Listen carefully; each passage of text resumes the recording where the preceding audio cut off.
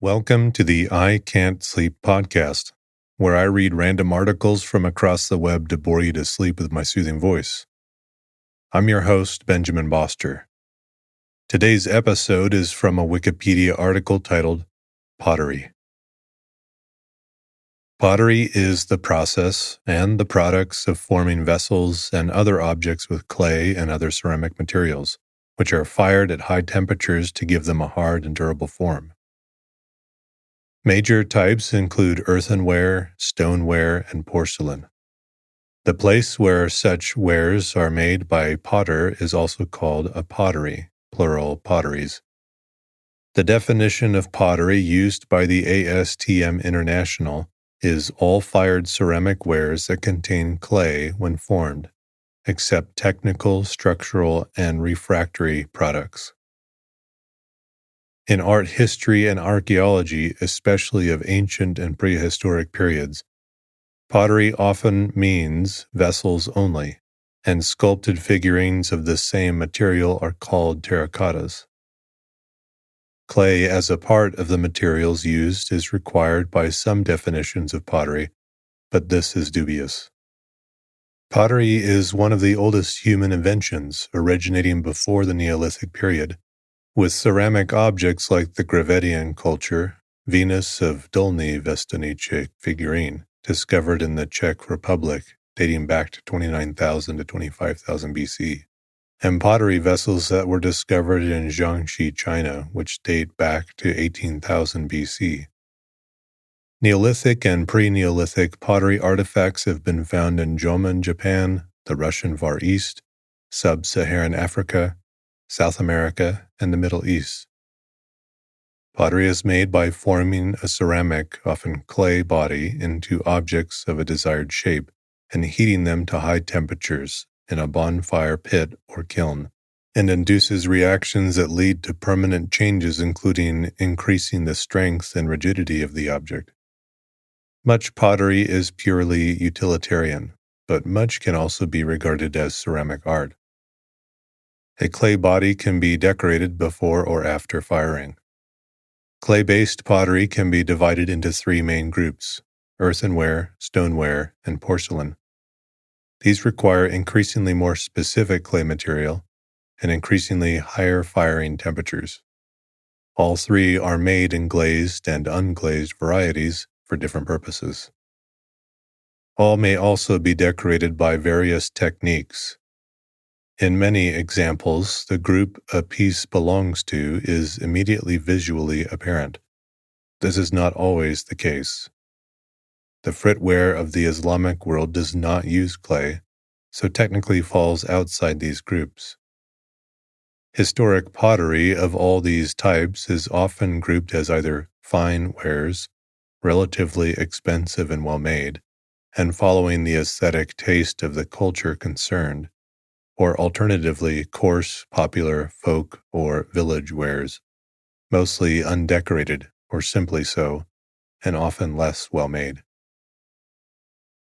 Cooking in clay pots became less popular once metal pots became available. Clay remained popular for those dishes that depended on the unique qualities of clay cooking. Main types: earthenware. The earliest forms of pottery were made from clays that were fired at low temperatures, initially in pit fires or in open bonfires. They were hand-formed and undecorated. Earthenware can be fired as low as 600 degrees Celsius and is normally fired below 1200 degrees Celsius. Because unglazed biscuit earthenware is porous, it has limited utility for the storage of liquids or as tableware. However, earthenware has had a continuous history from the Neolithic period to today. It can be made from a wide variety of clays, some of which fire to a buff, brown, or black color, with iron in the constituent minerals resulting in a reddish brown. Reddish-colored varieties are called terracotta, especially when unglazed or used for sculpture. The development of ceramic glaze made impermeable pottery possible, improving the popularity and practicality of pottery vessels. The addition of decoration has evolved throughout its history. Stoneware. Stoneware is pottery that has been fired in a kiln at a relatively high temperature, from about 1100 degrees Celsius to 1200 degrees Celsius, and is stronger and non-porous to liquids. The Chinese who developed stoneware very early on classified this together with porcelain as high-fired wares. In contrast, stoneware could only be produced in Europe from the late Middle Ages, as European kilns were less efficient and the right type of clay less common. It remained a specialty of Germany until the Renaissance.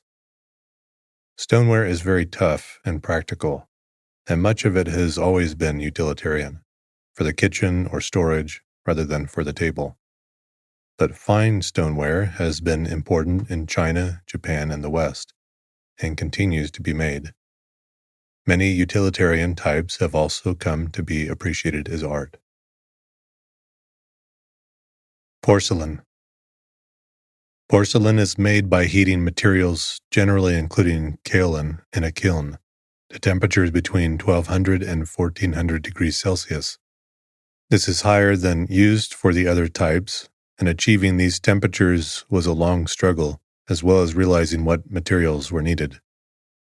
The toughness, strength, and translucence of porcelain, relative to other types of pottery, arises mainly from vitrification and the formation of the mineral mullite within the body of these high temperatures. Although porcelain was first made in China, the Chinese traditionally do not recognize it as a distinct category, grouping it with stoneware as high-fired ware, opposed to low-fired earthenware. This confuses the issue of when it was first made. A degree of translucency and whiteness was achieved by the Tang dynasty, and considerable quantities were being exported. The modern level of whiteness was not reached until much later in the 14th century. Porcelain was also made in Korea and in Japan from the end of the 16th century, after suitable kaolin was located in those countries. It was not made effectively outside East Asia until the 18th century. Archaeology. The study of pottery can help to provide an insight into past cultures.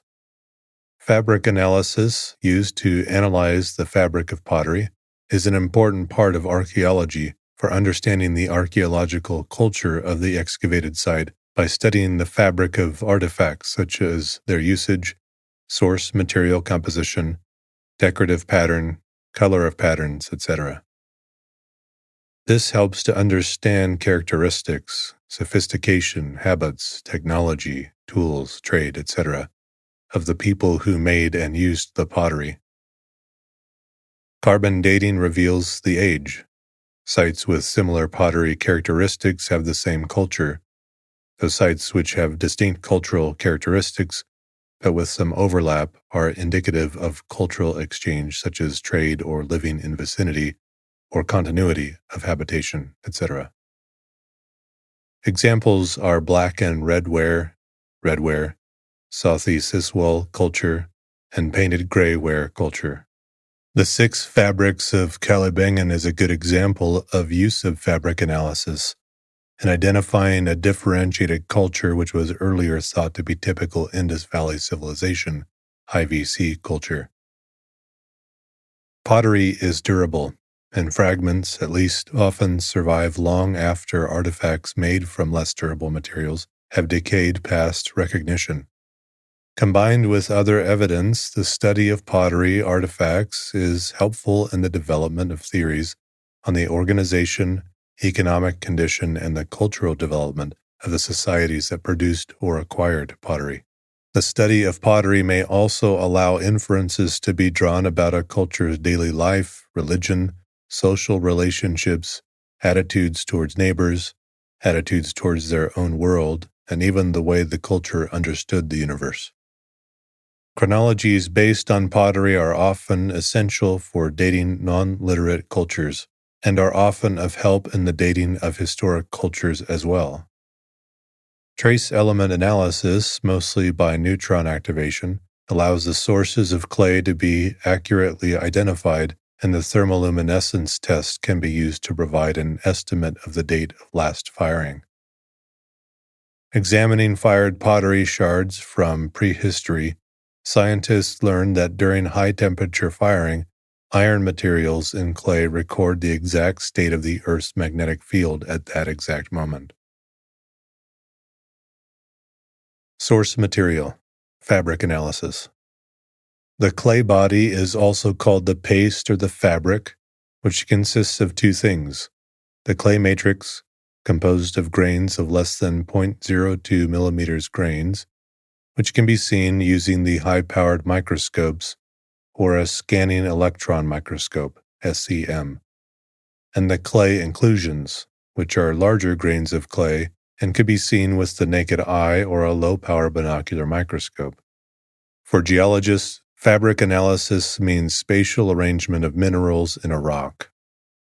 For archaeologists, the fabric analysis of pottery entails the study of clay matrix and inclusions in the clay body, as well as the firing temperature and conditions.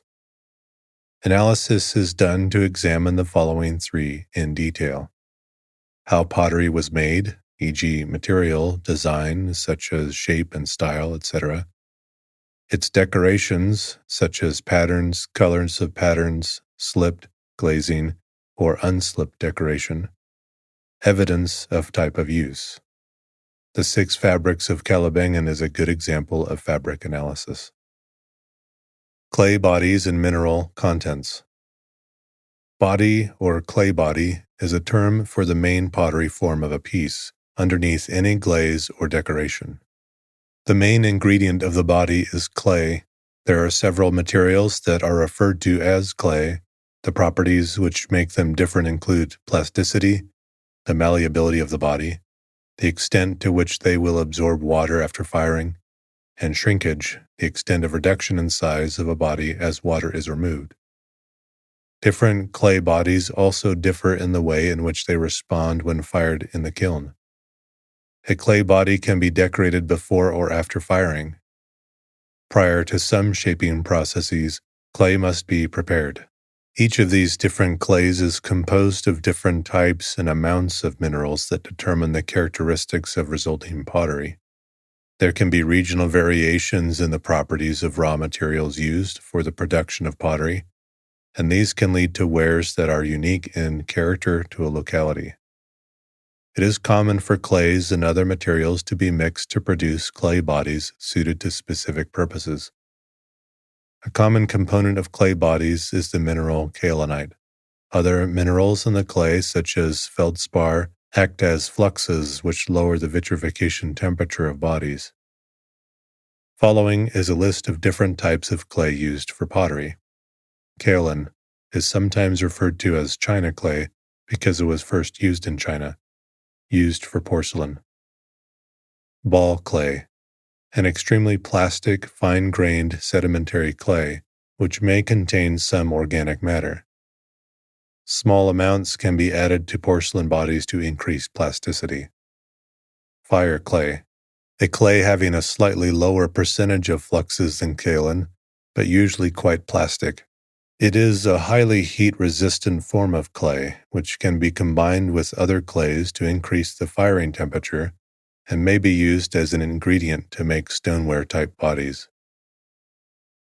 Stoneware clay, suitable for creating stoneware, has many of the characteristics between fire clay and ball clay, having finer grain, like ball clay, but is more heat-resistant, like fire clays.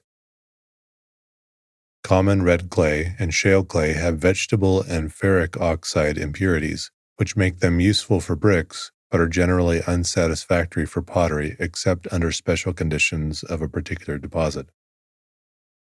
Bentonite, an extremely plastic clay which can be added in small quantities to short clay to increase the plasticity. Production of pottery. Production of pottery includes the following 3 stages: making clay body, i.e. paste or putty, shaping and molding, firing and baking, decorating such as glazing, slipping, painting, etc. Shaping methods. Pottery can be shaped by a range of methods that include hand building. This is the earliest forming method, Wares can be constructed by hand from coils of clay, combining flat slabs of clay or pinching solid balls of clay or some combination of these. Parts of hand-built vessels are often joined together with the aid of slip, an aqueous suspension of clay body and water. A clay body can be decorated before or after firing.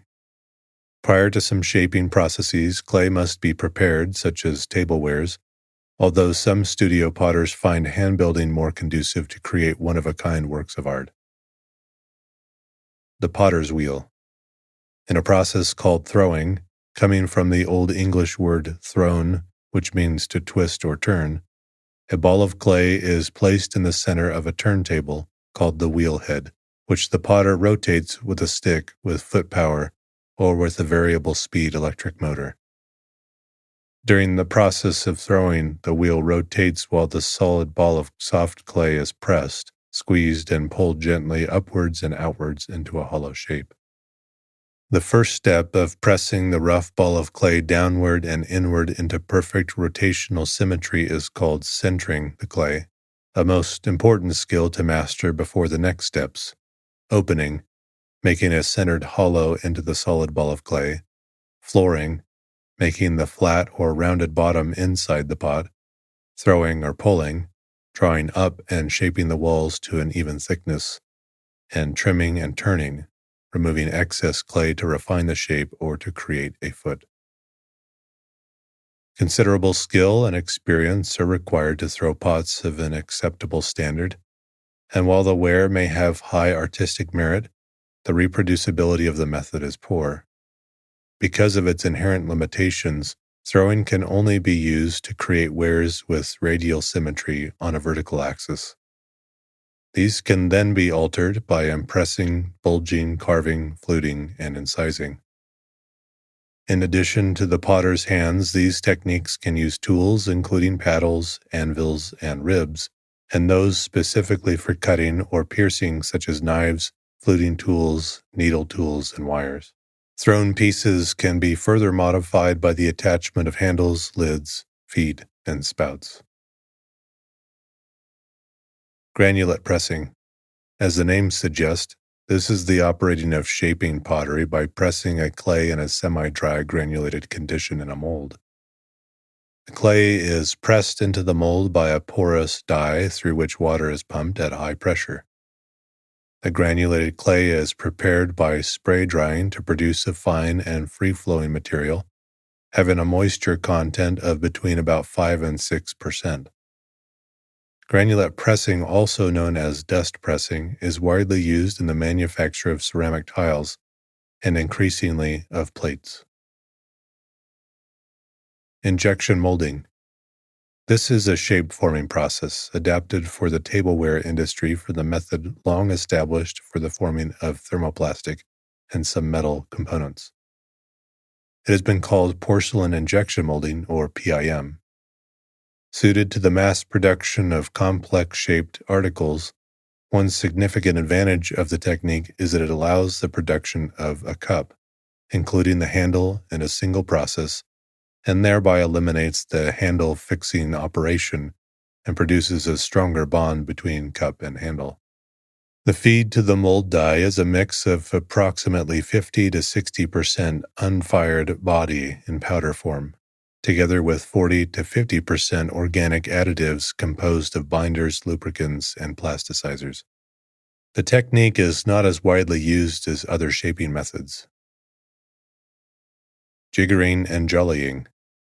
These operations are carried out on the potter's wheel and allow the time taken to bring wares to a standardized form to be reduced.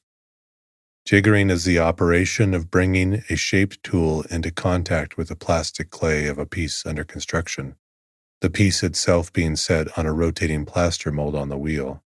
The jigger tool shapes one face while the mold shapes the other.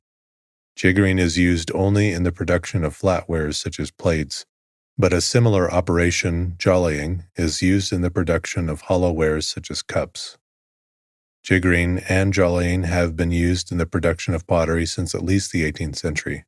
In large-scale factory production, jiggering and jollying are usually automated, which allows the operations to be carried out by semi-skilled labor.